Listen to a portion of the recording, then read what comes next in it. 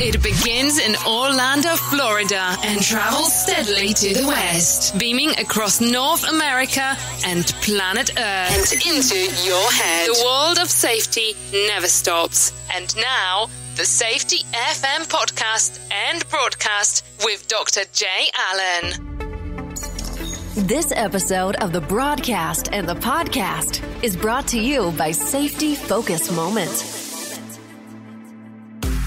They're consultants that want to help you get the safety culture you've been looking for. For more information, go to safetyfocusmoment.com. Well, hello and welcome to Safety FM. This is Jay Allen. How are you? Well, last week was a busy week. I was in Las Vegas attending a Todd Conklin workshop. Now, I have to tell you, during the workshop, we did some Safety FM live road shows, so it's quite fantastic to be able to spend some time out there in good old Las Vegas. But as things would end up happening, I ended up losing my voice when I was actually in Las Vegas, so I was not able to do as many podcasts and broadcasts as I would have liked.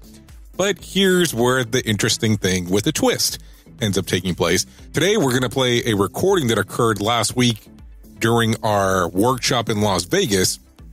But here's the catch. I'm actually only running the board. What does that mean? So I will actually be taking care of all the sounds and everything going on there. But this particular podcast, you will hear the voices of Todd Conklin, Ivan Pupulidy, Marc Yeston, and Jeff Lyth. So this is a post conversation that occurs after the event and what their thoughts were of the event itself. So enjoy this special edition of Safety FM without me being on it, but I am still there running the board. So enjoy it here on Safety FM. Enjoy the best safety shows on the planet on safetyfm.com. It's the whole ERM, EDM thing. That was the most old man thing I could have said, I think, probably. So what are you guys thinking? How's life? What's happening? Talk to me, babies. Jeff, you had an interesting week. Very interesting week, yeah. Why? We were here for these 3 days. Great progression through the days. Great design of topics we covered. But we were here with 14 members of a client company, and it was a real vertical slice of the organization down to the leadership. It was impressively so. Now, can I just speak frankly? Because, well, I'm not a Frank, but if I were a Frank, here's what Frank would say. I thought when you brought all those people, you were crazy. Oh, I mean, it's well, in the good kind of crazy. Like crazy like a fox, not crazy like somebody who lives on the street in front of a hotel in Vegas. But I realize now, in retrospect, that was really a smart idea. Because you got a big swath from top to bottom. So you had senior people here and ops people, right? And everybody in between. But they also then had to interface with other organizations that are kind of in the same part of the journey. I think in a way it was pretty sweet because it sort of shared the pain of transition, or they saw that everybody's kind of working the same way to transition. Yeah, it was interesting. One of the comments here just a few minutes ago David made was that he wishes over the last 3 days he had a clicker. And every time a comment was made on one of the days that hit home, every time a comment was made that was telling their story, he wanted to hit that clicker. And at the end of the 3 days, like how many aha moments or eureka moments or... What an interesting idea. We could do. We can get clickers. Totally yeah. Check that out on Amazon. I will have the technology for you for the next meeting. Prime clickerness. Yeah, they can just use their cell phones. It's just an app. There's an app for this? Yeah. There's an app for everything. They could do it live on the PowerPoints too. It'll come right up. Which is actually kind of cool. That's really kind of cool. I like that kind of interaction if it works, right? If it doesn't work, if it's wonky, it's hard to run. What are you thinking, Mark? Emojis. I just think, once again, you get people from a really diverse cross-section. We had everything from people who manufacture airline seats to people who manufacture medications to people who fly things and drill things and keep things from blowing up. Just such a diversity of disciplines, but the commonality of yearning to learn and get better. And as you see them all sort of connect, like, wow, we're really not that much different, even though the things that we do couldn't be more different. The challenges that we face and the strategies that we need to get better are so similar.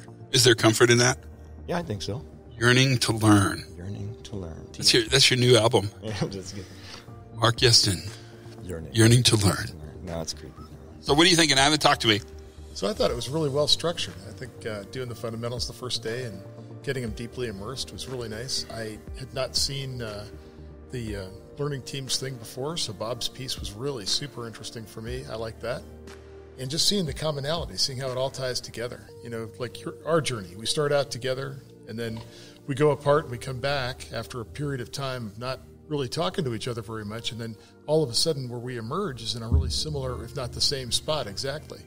So I really dug that. And I think what if I had my clicker, I would say that one of the best things is people came here to learn more about investigations. You know, how do we do investigations? And you know, when you're confronting the unknown and you're going to go out there and try to find out and get better and learn or fulfill the organization's obligation to answer questions after some sort of mishap, people want a roadmap. And they've been given roadmaps. There are all kinds of people out there ready to give them roadmaps to say, you know, do your findings, put them in these categories, and kind of force functioning people to take their what could be really good creative thinking and force it into these boxes that somehow make sense in a formulaic way. And it's really frightening for people when you tell them, there's some structure here, but we're not going to force you into boxes. And you could see people thinking, well, God, I don't know how this is going to work. And then you watch them do it. And you see them organically come up with the categories that make sense, organically come up with the corrective actions or the learning opportunities or the places for improvement, and then be able to organically see what are the things that we can take care of right away and internally, and what are the things longer term that we need to work on to make the entire situation better. Yeah, I think I'll add on to that too. So I think you're absolutely right. I think they came looking for a way to do investigations better, and I think what they left with was an understanding that they're going to learn better. Yeah. And it was really nice to see that, and it was definitely out of the box. And the process of co-creating, which is really what happens in an investigation anyway, right? We're all sort of co-creating an explanation that best meets our needs through a forest full of biases. That's pretty powerful. But I think you're right. To me, what's interesting is the seductiveness of a process, of a method for investigation, because it makes everything very clean and pretty sterile. Yeah, and if it doesn't work, you'd be like, hey, we followed the rules. Yeah, I mean, we used your method, right? But it comes back always to this thing I think about: people fear loss more than they desire change. Yes. Yeah, and so that idea that we're letting go of something and the world is going to be filled with uncertainty. So the quick answer to that is that the world's already filled with uncertainty, so don't hold on to crap because you don't really need it. So will it make a difference, you think? This week? Yeah. I'm looking at you, Jeff. Hi there. You know, when you look away, I'm still here, right? Yeah, I think it's made a huge difference. The curve over the 3 days, at the end of the first day, there was a couple sacred cows that hit the floor. Really? There were some sacred cows that got cowed. And just the evolution over these days, the conversations afterwards, the debriefs, and just seeing this evolution, really just, to me, it all goes back to safety. Orthodox safety has had an absolute absence of what I would call true caring and learning. And what we've really emphasized is care, learning, and the connection between culture, so what we call safety culture, but being really founded on learning and improvement. It was amazing. And seeing people walk out with two big things, let's call them the 2 C's because we like 2 C's. Yeah, 2 C's. Confidence and curiosity. Nice. Oh, touche. I'm sorry, 2C. 2C.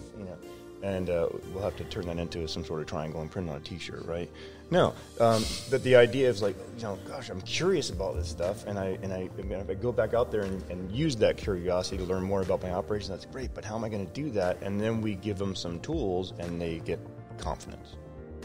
Yeah, and I think maybe we could add another C to that, communication. There's no end to the number of C's that we can add to that's this. true, but I mean, if you're looking for a triangle, you kind of need a third C, right? And if we thought about that third C, I think the triangle metaphor is overused in safety. That's right. Why don't we go with an octagon? So could you please come up with 6 more C's? I like the 9-legged stool. 9-legged. There's nothing better than a 9-legged milking stool. There's always one leg that's out of balance.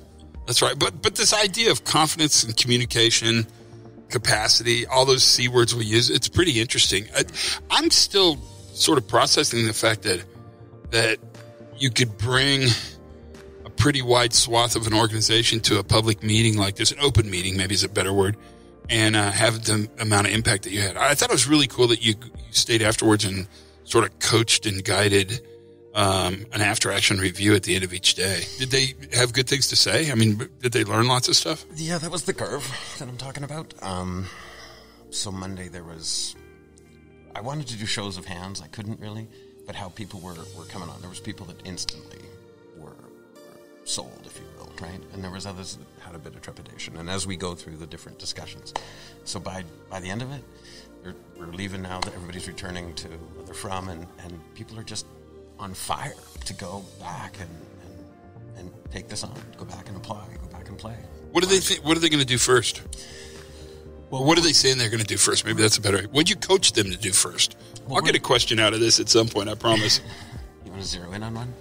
We're in the midst of a pilot, so we're doing a pilot in a couple other organizations. So we talked about that. The plan is to pilot here in North America and then take it global early in the new year. Yeah, there's one learning team. They're already making plans to convene here in just a couple of weeks. So cool. And all this happened with the divider. The other side of the conference room is screaming nurses. Which yes, you can hear right now. Yeah, which seems like kind of the name of a movie title. Yeah. The Screaming Nurses of Las Vegas. Oh my. It's not a bad band name. No, that's not a bad band name. So what do you think about this idea of collective learning? What do you think about these ideas of bringing companies together in these more open workshops to talk about this new view safety thing? It's interesting.